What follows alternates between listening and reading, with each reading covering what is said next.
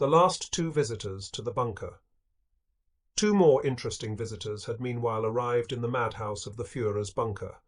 Hannah Reich, the crack woman test pilot, who, among other qualities, had a capacity for monumental hatred, especially of Goering and General Ritter von Greim, who on April 24th had been summoned from Munich to appear personally before the Supreme Warlord and had done so, though the plane in which he and Reich flew the last lap on the evening of the 26th had been torn over the Tiergarten by Russian anti-aircraft shells, and Grime's foot had been shattered.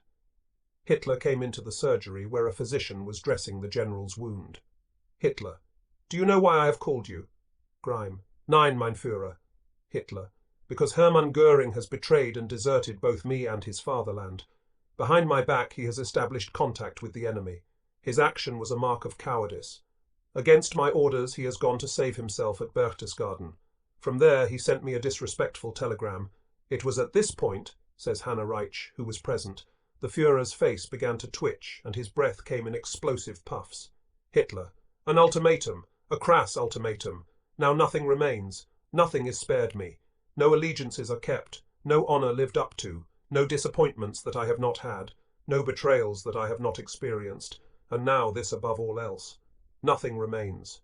Every wrong has already been done me." I immediately had Göring arrested as a traitor to the Reich, took from him all his offices, and removed him from all organizations. That is why I have called you. Then and there he named the startled general lying wounded on his cot the new commander-in-chief of the Luftwaffe, a promotion he could have made by radio, which would have spared Grime a crippled foot and left him at headquarters, the only place from which what was left of the Air Force could be directed. 3 days later Hitler ordered Grime, who by now, like Fräulein Reich, expected and indeed desired to die in the bunker at the side of the leader, to depart in order to deal with a new case of treachery.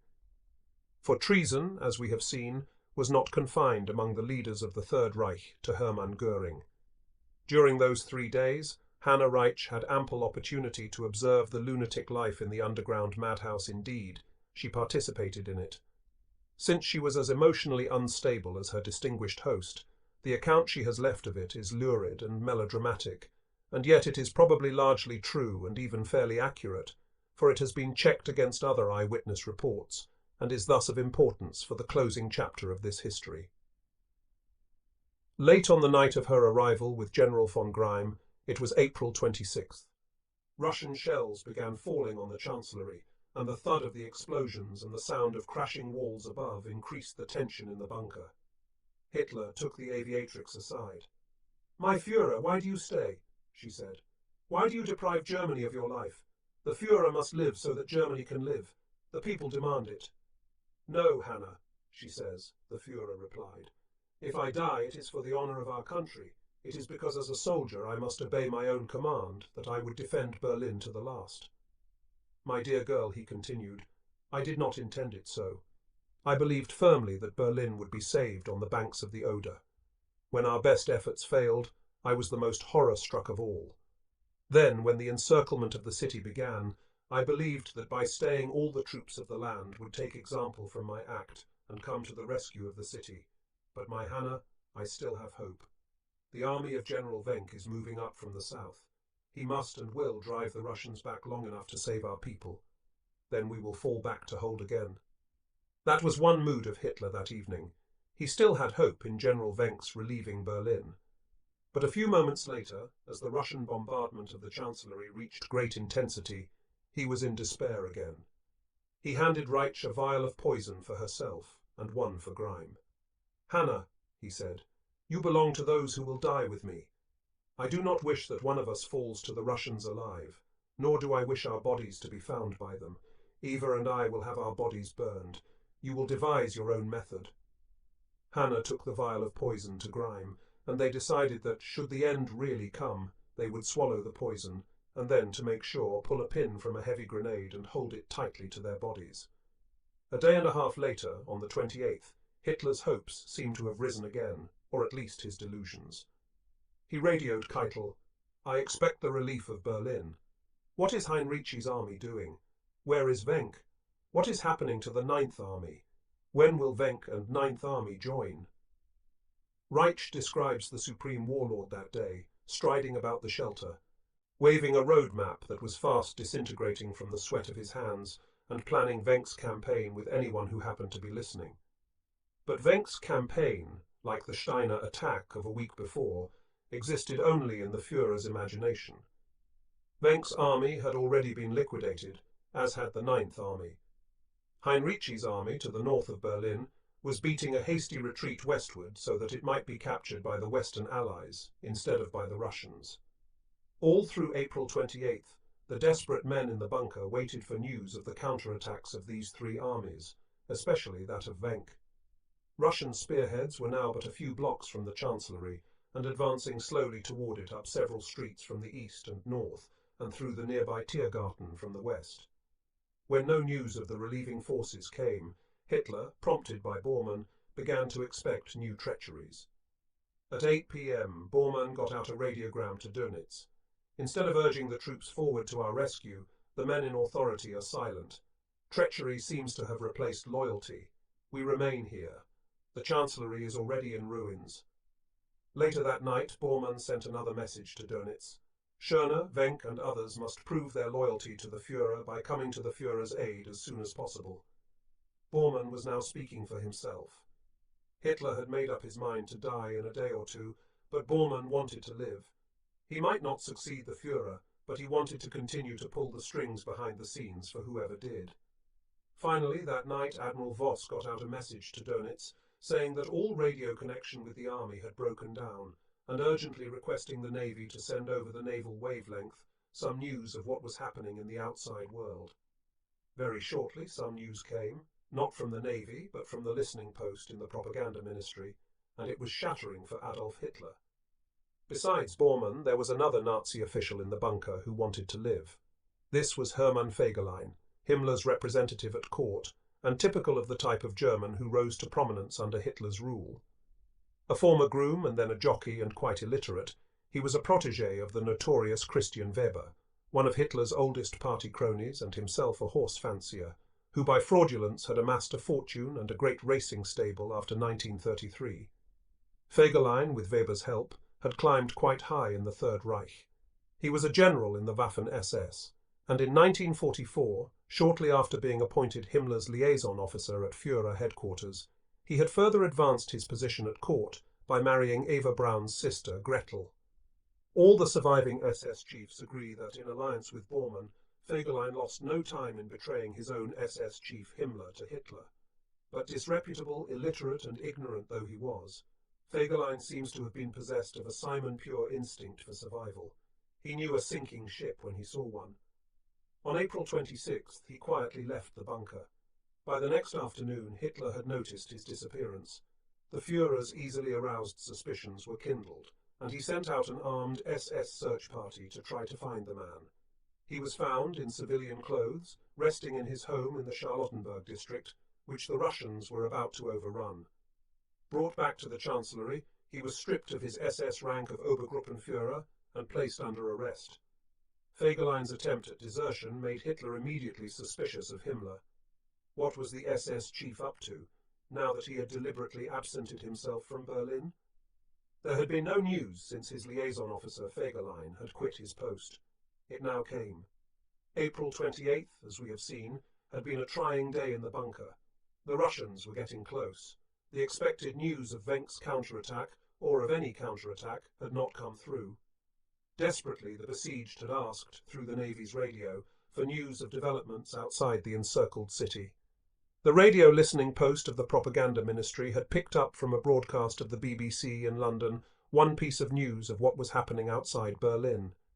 It was a Reuters dispatch from Stockholm, and it was so sensational, so incredible, that one of Goebbels' assistants, Heinz Lorenz, had scampered across the shell-torn square late on the evening of April 28th to the bunker with copies of it for his minister and for the Führer. The dispatch, says Reich, struck a death blow to the entire assembly.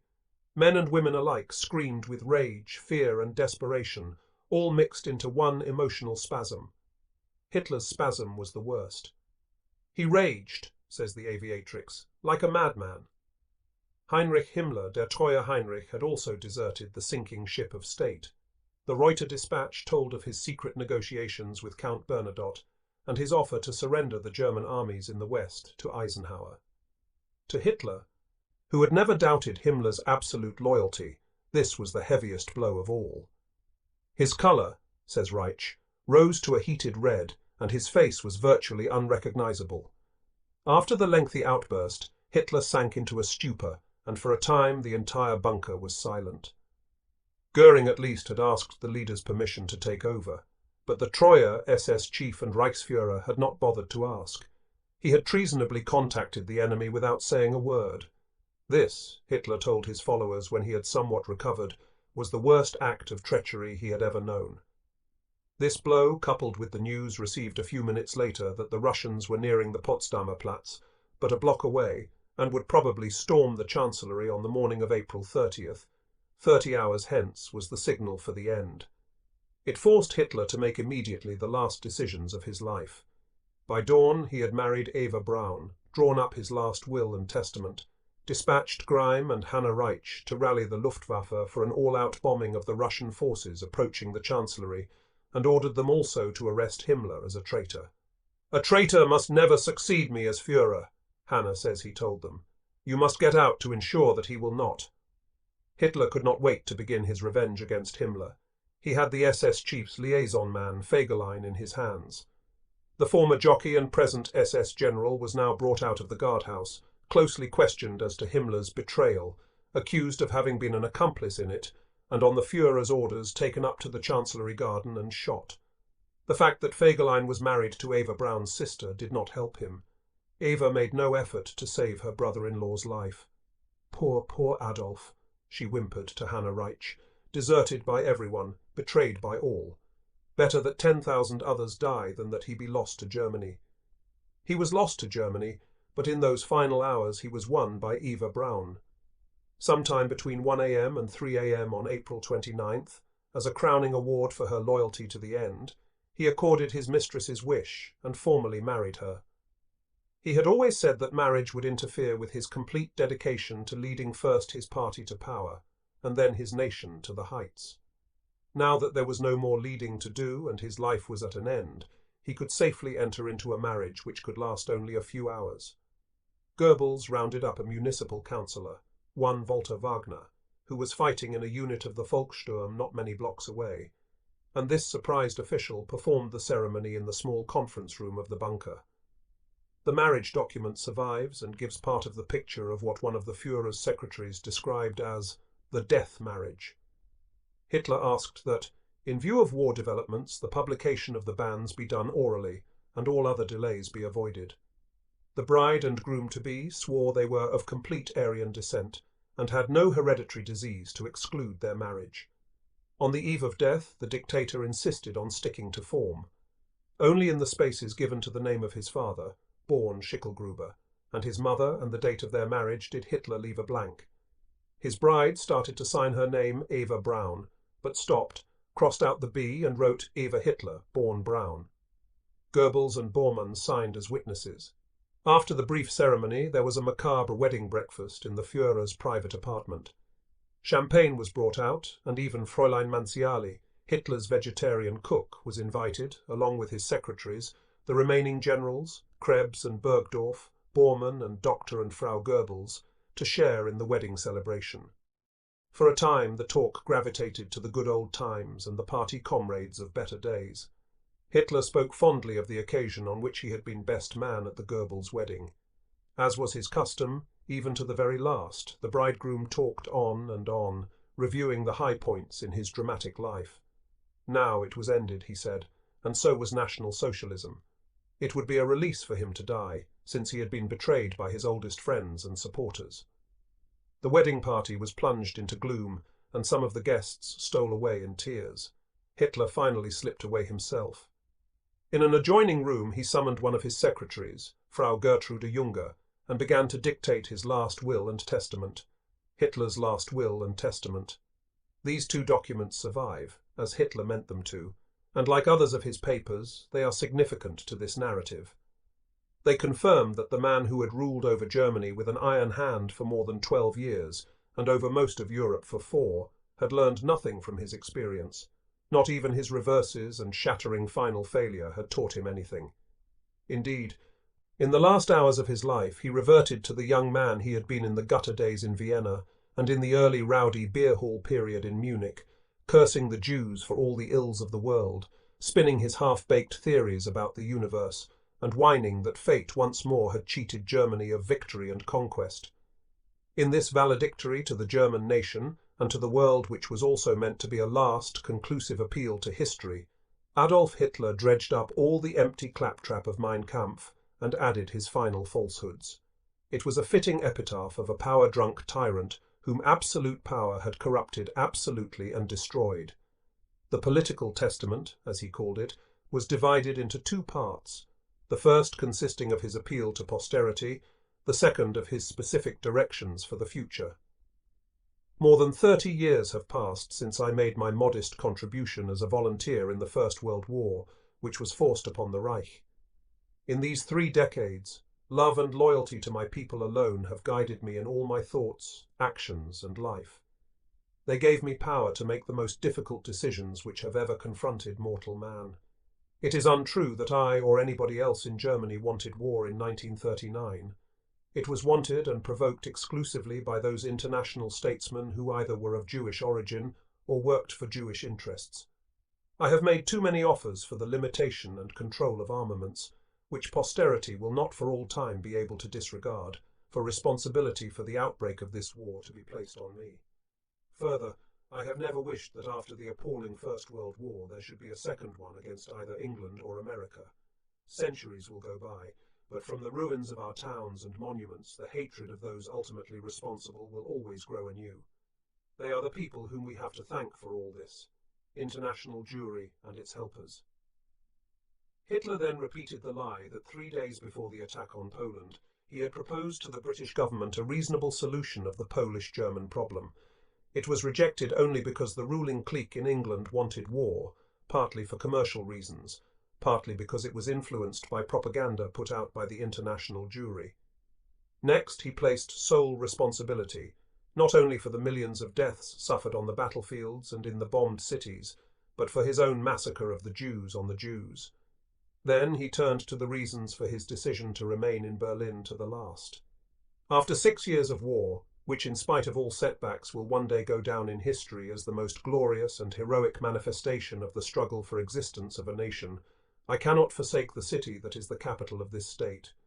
I wish to share my fate with that which millions of others have also taken upon themselves by staying in this town. Further, I shall not fall in the hands of the enemy, who requires a new spectacle, presented by the Jews, to divert their hysterical masses. I have therefore decided to remain in Berlin, and there to choose death voluntarily at that moment, when I believe that the position of the Führer and the Chancellery itself can no longer be maintained. I die with a joyful heart in my knowledge of the immeasurable deeds and achievements of our peasants and workers, and of a contribution unique in history of our youth which bears my name. There followed an exhortation to all Germans not to give up the struggle. He had finally forced himself to recognize, though, that National Socialism was finished for the moment. But he assured his fellow Germans that from the sacrifices of the soldiers and of himself, the seed has been sown that will grow one day to the glorious rebirth of the National Socialist movement of a truly united nation. Hitler could not die without first hurling one last insult at the army, and especially at its officer corps, whom he held chiefly responsible for the disaster.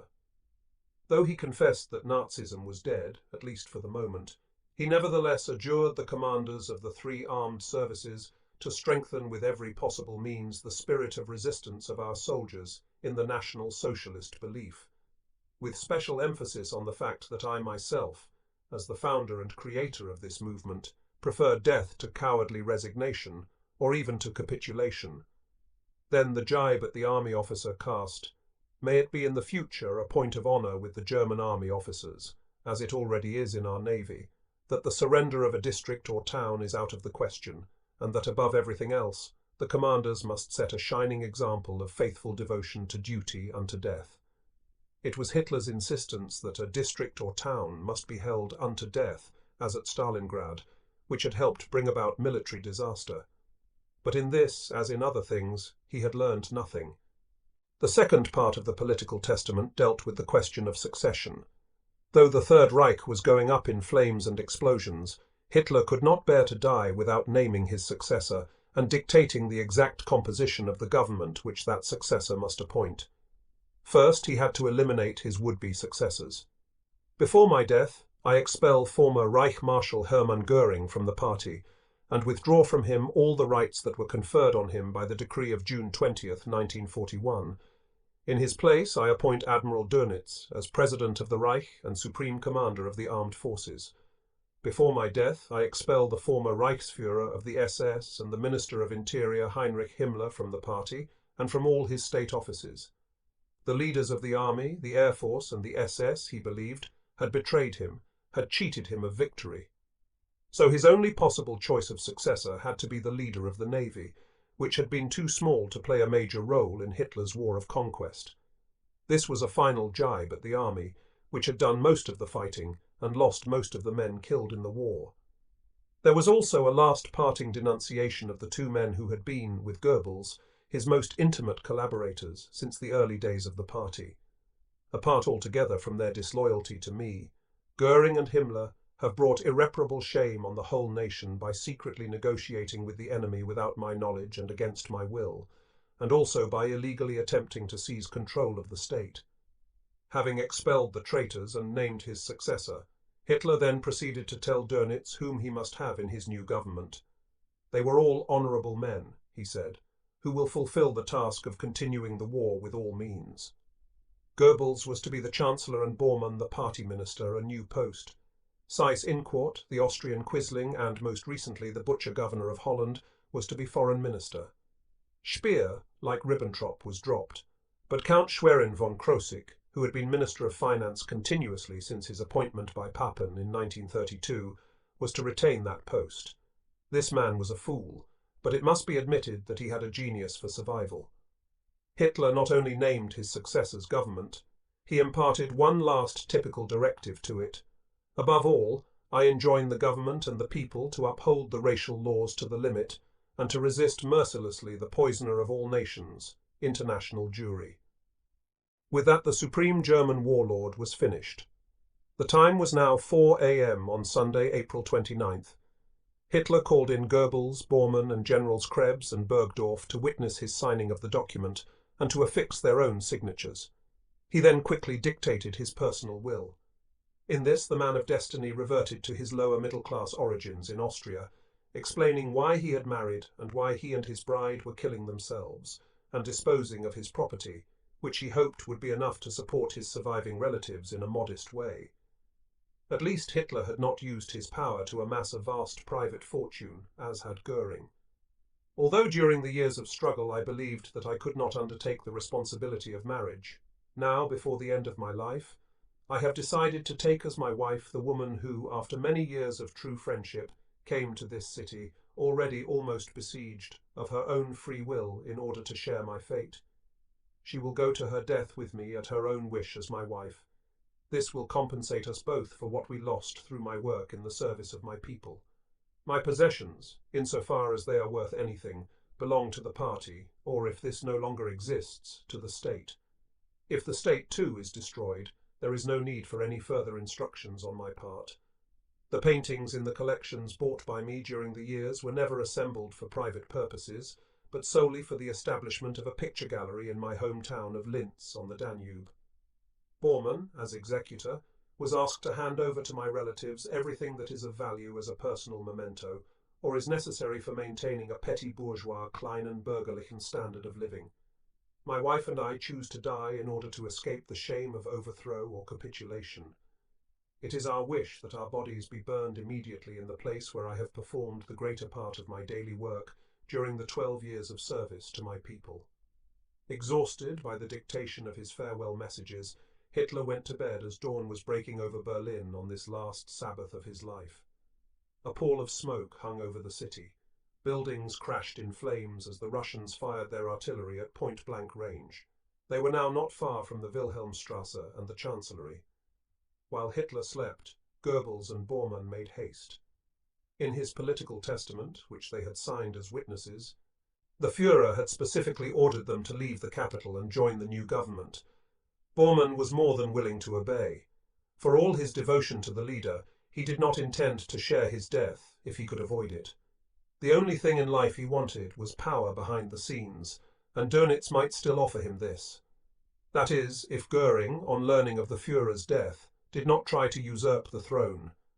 To make sure that he did not, Bormann now got out a radio message to the SS headquarters at Berchtesgaden. If Berlin and we should fall, the traitors of April 23rd must be exterminated. Men, do your duty. Your life and honor depend on it. This was an order to murder Göring and his Air Force staff, whom Bormann had already placed under SS arrest. Dr. Goebbels, like Eva Braun but unlike Bormann, had no desire to live in a Germany from which his revered Führer had departed. He had hitched his star to Hitler, to whom alone he owed his sensational rise in life. He had been the chief prophet and propagandist of the Nazi movement. It was he who, next to Hitler, had created its myths. To perpetuate those myths, not only the leader but his most loyal follower, the only one of the old guard who had not betrayed him, must die a sacrificial death. He too must give an example that would be remembered down the ages and help one day to rekindle the fires of National Socialism. Such seem to have been his thoughts when, after Hitler retired, Goebbels repaired to his little room in the bunker to write his own valedictory to present and future generations. He entitled it, Appendix to the Führer's Political Testament. The Führer has ordered me to leave Berlin and take part as a leading member in the government appointed by him. For the first time in my life, I must categorically refuse to obey an order of the Führer. My wife and children join me in this refusal. Apart from the fact that feelings of humanity and personal loyalty forbid us to abandon the Führer in his hour of greatest need, I would otherwise appear for the rest of my life as a dishonourable traitor and a common scoundrel, and would lose my self-respect as well as the respect of my fellow citizens. In the nightmare of treason which surrounds the Führer in these most critical days of the war, there must be someone at least who will stay with him unconditionally until death. I believe I am thereby doing the best service to the future of the German people. In the hard times to come, examples will be more important than men. For this reason, together with my wife, and on behalf of my children, who are too young to be able to speak for themselves, and who, if they were old enough, would unreservedly agree with this decision, I express my unalterable resolution not to leave the Reich capital, even if it falls, but rather, at the side of the Führer, to end a life that for me personally will have no further value if I cannot spend it at the service of the Führer and at his side. Dr. Goebbels finished writing his piece at 5:30 on the morning of April 29th. Daylight was breaking over Berlin, but the sun was obscured by the smoke of battle. In the electric light of the bunker, much remained to be done. The first consideration was how to get the Führer's last will and testament out through the nearby Russian lines, so that it could be delivered to Dönitz and others, and preserved for posterity. 3 messengers were chosen to take copies of the precious documents out. Major Willi Johannmeier, Hitler's military adjutant, Wilhelm Zander, an SS officer and advisor to Bormann, and Heinz Lorenz, the propaganda ministry official who had brought the shattering news of Himmler's treachery the night before. Johannmeier, a much decorated officer, was to lead the party through the Red Army's lines. He himself was then to deliver his copy of the papers to Field Marshal Ferdinand Schörner, whose army group still held out intact in the Bohemia N mountains, and whom Hitler had named as the new commander-in-chief of the army. General Burgdorf enclosed a covering letter informing Schörner that Hitler had written his testament, "Today, under the shattering news of Himmler's treachery, it is his unalterable decision." Zander and Lorenz were to take their copies to Dönitz. Zander was given a covering note from Bormann. "Dear Grand Admiral, since all divisions have failed to arrive and our position seems hopeless, the Führer dictated last night the attached political testament. Heil Hitler." The 3 messengers set out on their dangerous mission at noon, edging their way westward through the Tiergarten and Charlottenburg to Pickelsdorf at the head of the Havel Lake, where a Hitler Youth Battalion held the bridge in anticipation of the arrival of Wenck's Ghost Army. To get that far, they had successfully slipped through 3 Russian rings. At the Victory Column in the middle of the Tiergarten, at the Zoo Station just beyond the park, and on the approaches to Pickelsdorf. They still had many other lines to penetrate, and much adventure lay ahead of them.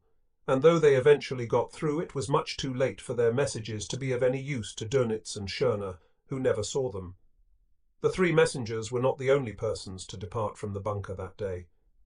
At noon on April 29th, Hitler, who had now been restored to a period of calm, held his customary war conference to discuss the military situation, just as he had daily at this hour for nearly 6 years, and just as if the end of the road had not been reached. General Krebs reported that the Russians had advanced farther toward the Chancellery during the night and early morning. The supply of ammunition of the city's defenders, such as they were, was getting low. There was still no news from Wenck's rescue army. 3 military adjutants, who now found little to do, and who did not want to join the leader in self-inflicted death, asked if they could leave the bunker in order to try to find out what had happened to Wenck. Hitler granted them permission and instructed them to urge General Wenck to get a move on. During the afternoon, the 3 officers left.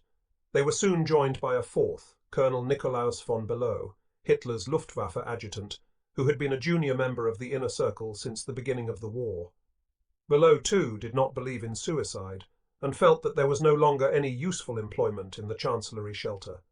He asked the permission of the Führer to leave, and it was granted. Hitler was being most reasonable this day. It also occurred to him that he could utilize the Air Force colonel to carry out one last message. This was to be to General Keitel, whom Bormann already suspected of treason, and it would contain the warlord's final blast at the army, which he felt had let him down. No doubt the news at the evening situation conference at 10 p.m. increased the Führer's already monumental bitterness at the army. General Weidling, who commanded the courageous but ragged overage Volkssturm and underage Hitler youth troops being sacrificed in encircled Berlin to prolong Hitler's life a few days, reported that the Russians had pushed ahead along the Saarlandstrasse and the Wilhelmstrasse almost to the Air Ministry, which was only a stone's throw from the Chancellery. The enemy would reach the Chancellery, he said, by May 1st at the latest, in a day or two, that is. This was the end. Even Hitler, who up until now had been directing non-existent armies supposed to be coming to the relief of the capital, saw that at last. He dictated his final message and asked Below to deliver it to Keitel. He informed his chief of OKW that the defense of Berlin was now at an end, that he was killing himself rather than surrender, that Göring and Himmler had betrayed him, and that he had named Admiral Dönitz as his successor. He had one last word to say about the armed forces which, despite his leadership, had brought Germany to defeat. The Navy, he said, had performed superbly. The Luftwaffe had fought bravely, and only Göring was responsible for its losing its initial supremacy in the war. As for the army, the common soldiers had fought well and courageously, but the generals had failed them and him. The people and the armed forces, he continued, have given their all in this long and hard struggle. The sacrifice has been enormous, but my trust has been misused by many people. Disloyalty and betrayal have undermined resistance throughout the war. It was therefore not granted to me to lead the people to victory. The Army General Staff cannot be compared with the General Staff in the First World War. Its achievements were far behind those of the fighting front. At least the supreme Nazi warlord was remaining true to character to the very end. The great victories had been due to him. The defeats and final failure had been due to others, to their disloyalty and betrayal. And then the parting valediction, the last recorded written words of this mad genius's life. The efforts and sacrifices of the German people in this war have been so great that I cannot believe that they have been in vain. The aim must still be to win territory in the East for the German people. The last sentence was straight out of Mein Kampf. Hitler had begun his political life with the obsession that territory in the East must be won for the favoured German people, and he was ending his life with it. All the millions of German dead, all the millions of German homes crushed under the bombs, even the destruction of the German nation had not convinced him that the robbing of the lands of the Slavic peoples to the East was, morals aside, a futile Teutonic dream. The death of Hitler and his bride. During the afternoon of April 29th, one of the last pieces of news to reach the bunker from the outside world came in. Mussolini, Hitler's fellow fascist dictator and partner in aggression, had met his end, and it had been shared by his mistress, Clara Petacci. They had been caught by Italian partisans on April 27th, while trying to escape from Como into Switzerland, and executed 2 days later. On the Saturday night of April 28th, the bodies were brought to Milan in a truck and dumped on the piazza. The next day they were strung up by the heels from lamp posts and later cut down so that throughout the rest of the Sabbath day they lay in the gutter, where vengeful Italians reviled them. On May Day, Benito Mussolini was buried beside his mistress in the pauper's plot in the Cimitero Maggiore in Milan. In such a macabre climax of degradation, Il Duce and fascism passed into history. It is not known how many of the details of the Duce's shabby end were communicated to the Führer. One can only speculate that if he heard many of them, he was only strengthened in his resolve not to allow himself or his bride to be made a spectacle presented by the Jews to divert their hysterical masses, as he had just written in his testament, not their live selves or their bodies. Shortly after receiving the news of Mussolini's death, Hitler began to make the final preparations for his. He had his favourite Alsatian dog, Blondie, poisoned, and 2 other dogs in the household shot. Then he called in his 2 remaining women secretaries and handed them capsules of poison to use if they wished to when the barbarian Russians broke in. He was sorry, he said, not to be able to give them a better farewell gift, and he expressed his appreciation for their long and loyal service. Evening had now come, the last of Adolf Hitler's life. He instructed Frau Junger, one of his secretaries, to destroy the remaining papers in his files, and he sent out word that no one in the bunker was to go to bed until further orders. This was interpreted by all as meaning that he judged the time had come to make his farewells. But it was not until long after midnight, at about 2:30 a.m. of April 30th, as several witnesses recall, that the Führer emerged from his private quarters and appeared in the general dining passage, where some 20 persons, mostly the women members of his entourage, were assembled. He walked down the line, shaking hands with each, and mumbling a few words that were inaudible. There was a heavy film of moisture on his eyes, and, as Frau Junger remembered, they seemed to be looking far away, beyond the walls of the bunker. After he retired, a curious thing happened. The tension which had been building up to an almost unendurable point in the bunker broke, and several persons went to the canteen to dance. The weird party soon became so noisy that word was sent from the Führer's quarters requesting more quiet. The Russians might come in a few hours and kill them all, though most of them were already thinking of how they could escape. But in the meantime, for a brief spell, now that the Führer's strict control of their lives was over, they would seek pleasure where and how they could find it. The sense of relief among these people seems to have been enormous, and they danced on through the night. Not Bormann. This murky man still had work to do. His own prospects for survival seemed to be diminishing. There might not be a long enough interval between the Führer's death and the arrival of the Russians in which he could escape to Dönitz. If not, while the Führer still lived and thus clothed his orders with authority, Bormann could at least exact further revenge on the traitors. He dispatched during this last night a further message to Dönitz. Dönitz. Our impression grows daily stronger that the divisions in the Berlin theatre have been standing idle for several days. All the reports we receive are controlled, suppressed, or distorted by Keitel. The Führer orders you to proceed at once and mercilessly against all traitors. And then, though he knew that Hitler's death was only hours away, he added a postscript. The Führer is alive and is conducting the defense of Berlin. But Berlin was no longer defensible. The Russians already had occupied almost all of the city. It was now merely a question of the defense of the Chancellery. It too was doomed, as Hitler and Bormann learned at the Situation Conference at noon on April 30th, the last that was ever to take place. The Russians had reached the eastern end of the Tiergarten and broken into the Potsdamer Platz. They were just a block away. The hour for Adolf Hitler to carry out his resolve had come. His bride apparently had no appetite for lunch that day, and Hitler took his repast with his 2 secretaries and with his vegetarian cook, who perhaps did not realize that she had prepared his last meal. While they were finishing their lunch at about 2:30 p.m., Erich Kempka, the Führer's chauffeur, who was in charge of the Chancellery garage, received an order to deliver immediately 200 litres of gasoline in jerrycans to the Chancellery garden. Kempka had some difficulty in rounding up so much fuel, but he managed to collect some 180 litres, and with the help of 3 men carried it to the emergency exit of the bunker.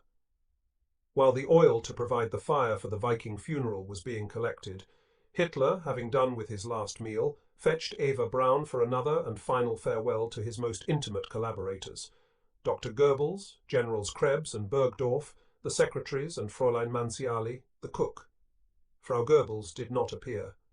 This formidable and beautiful blonde woman had, like Eva Braun, found it easy to make the decision to die with her husband, but the prospect of killing her 6 young children, who had been playing merrily in the underground shelter these last days without an inkling of what was in store for them, unnerved her. "My dear Hannah," she had said to Fräulein Reich 2 or 3 evenings before, "when the end comes you must help me if I become weak about the children. They belong to the Third Reich and to the Führer, and if these two cease to exist, there can be no further place for them. My greatest fear is that at the last moment I will be too weak."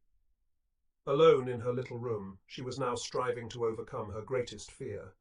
Hitler and Eva Braun had no such problem. They had only their own lives to take. They finished their farewells and retired to their rooms.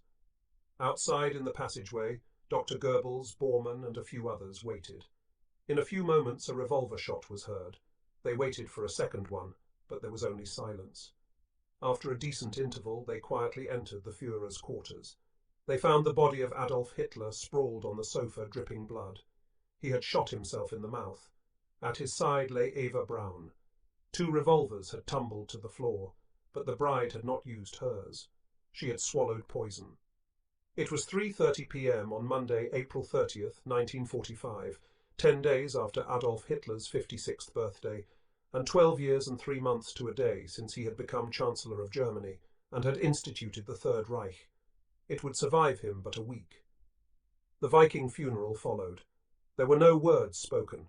The only sound was the roar of Russian shells exploding in the garden of the Chancellery and on the shattered walls around it. Hitler's valet, SS Sturmbannführer Heinz Linger, and an orderly carried out the Führer's body, wrapped in an army field grey blanket which concealed the shattered face. Kempka identified it in his own mind by the black trousers and shoes which protruded from the blanket, and which the warlord always wore with his field grey jacket. Eva Braun's death had been cleaner. There was no blood, and Bormann carried out her body just as it was to the passage, where he turned it over to Kempka. Frau Hitler, the chauffeur later recounted, wore a dark dress. I could not recognize any injuries to the body. The corpses were carried up to the garden, and during a lull in the bombardment placed in a shell hole and ignited with gasoline. The mourners, headed by Goebbels and Bormann, withdrew to the shelter of the emergency exit, and as the flames mounted stood at attention and raised their right hands in a farewell Nazi salute. It was a brief ceremony, for Red Army shells began to spatter the garden again, and the survivors retired to the safety of the bunker, leaving the gasoline-fed flames to complete the work of eradicating the last earthly remains of Adolf Hitler and his wife. For Bormann and Goebbels, there were still tasks to perform in the Third Reich, now bereft of its founder and dictator, though they were not the same tasks. There had not yet been time for the messengers to reach Dönitz with the Führer's testament appointing him as his successor. The admiral would now have to be informed by radio, but even at this point, with power slipped from his hands, Bormann hesitated. It was difficult to one who had savoured it to give it up so abruptly. Finally he got off a message. Grand Admiral Dönitz, in place of the former Reich Marshal Göring, the Führer appoints you as his successor. Written authority is on its way. You will immediately take all such measures as the situation requires. There was not a word that Hitler was dead. The admiral, who was in command of all German forces in the north and had moved his headquarters to Plauen in Schleswig, was flabbergasted at the news. Unlike the party leaders, he had no desire to succeed Hitler. The thought had never entered his sailor's head. 2 days before, believing that Himmler would inherit the succession, he had gone to the SS chief and offered him his support. But since it would never have occurred to him to disobey an order of the Führer, he sent the following reply, in the belief that Adolf Hitler was still alive. My Führer, my loyalty to you will be unconditional. I shall do everything possible to relieve you in Berlin. If fate nevertheless compels me to rule the Reich as your appointed successor, I shall continue this war to an end worthy of the unique, heroic struggle of the German people. Grand Admiral Dönitz. That night Bormann and Goebbels had a fresh idea. They decided to try to negotiate with the Russians. General Krebs, the chief of the Army General Staff, who had remained in the bunker, had once been the assistant military attaché in Moscow, spoke Russian, and on one famous occasion had even been embraced by Stalin at the Moscow railway station. Perhaps he could get something out of the Bolsheviks. Specifically, what Goebbels and Bormann wanted was a safe conduct for themselves, so that they could take their appointed places in the new Dönitz government. In return for this, they were prepared to surrender Berlin. General Krebs set out shortly after midnight of April 30th to May 1st to see General Chuikov, the Soviet commander of the troops fighting in Berlin. One of the German officers accompanying him has recorded the opening of their conversation. Krebs: "Today is the 1st of May, a great holiday for our two nations." Chuikov: "We have a great holiday today. How things are with you over there it is hard to say. The Russian general demanded the unconditional surrender of everyone in the Führer's bunker, as well as of the remaining German troops in Berlin. It took Krebs some time to carry out his mission, and when he had not returned by 11 a.m. on May 1st, the impatient Bormann dispatched another radio message to Dönitz. "The testament is in force. I will join you as soon as possible. Till then, I recommend that publication be held up." This was still ambiguous. Bormann simply could not be straightforward enough to say that the Führer was dead. He wanted to get out to be the first to inform Dönitz of the momentous news, and thereby help to ensure his favour with the new commander-in-chief. But Goebbels, who with his wife and children was about to die, had no such reason for not telling the admiral the simple truth. At 3:15 p.m. he got off his own message to Dönitz, the last radio communication ever to leave the beleaguered bunker in Berlin. "Grand Admiral Dönitz, most secret. The Führer died yesterday at 3:30 p.m. Testament of April 29th appoints you as Reich President. There follow the names of the principal cabinet appointments. By order of the Führer, the testament has been sent out of Berlin to you. Bormann intends to go to you today and to inform you of the situation. Time and form of announcement to the press and to the troops is left to you. Confirm receipt Goebbels." Goebbels did not think it necessary to inform the new leader of his own intentions. Early in the evening of May 1st, he carried them out.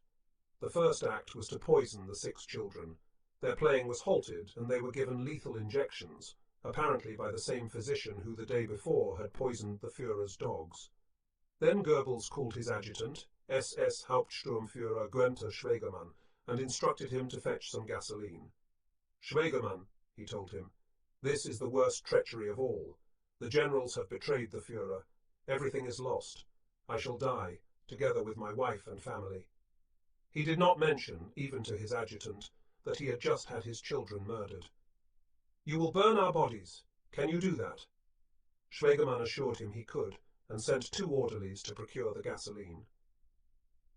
A few minutes later, at about 8:30 p.m., just as it was getting dark outside, Dr. and Frau Goebbels walked through the bunker, bade goodbye to those who happened to be in the corridor, and mounted the stairs to the garden.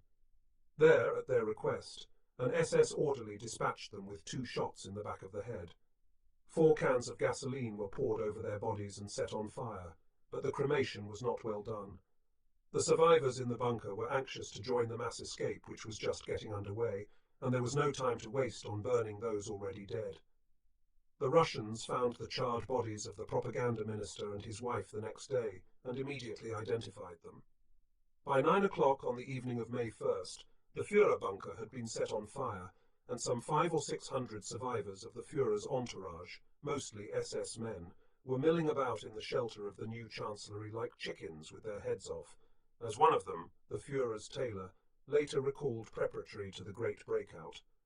The plan was to go by foot along the subway tracks from the station below the Wilhelmsplatz, opposite the chancellery, to the Friedrichstrasse Bahnhof, and there cross the river Spree and sift through the Russian lines immediately to the north of it. A good many got through, some did not, among them Martin Bormann. When General Krebs had finally returned to the bunker that afternoon with General Chuikov's demand for unconditional surrender, Hitler's party secretary had decided that his only chance for survival lay in joining the mass exodus.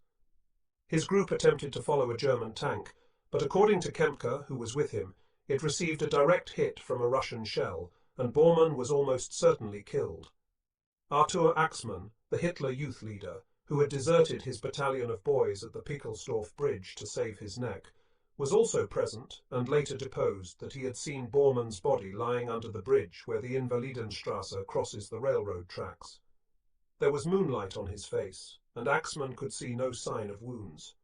His presumption was that Bormann had swallowed his capsule of poison when he saw that his chances of getting through the Russian lines were nil. Generals Krebs and Bergdorf did not join in the mass attempt to escape.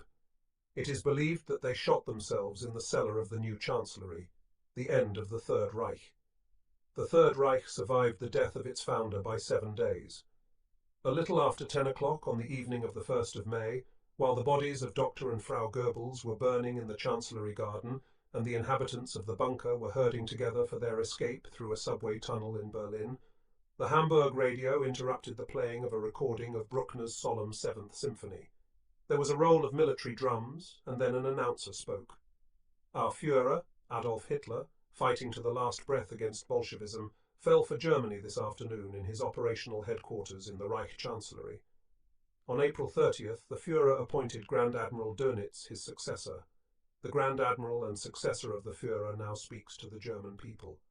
The Third Reich was expiring as it had begun, with a shabby lie.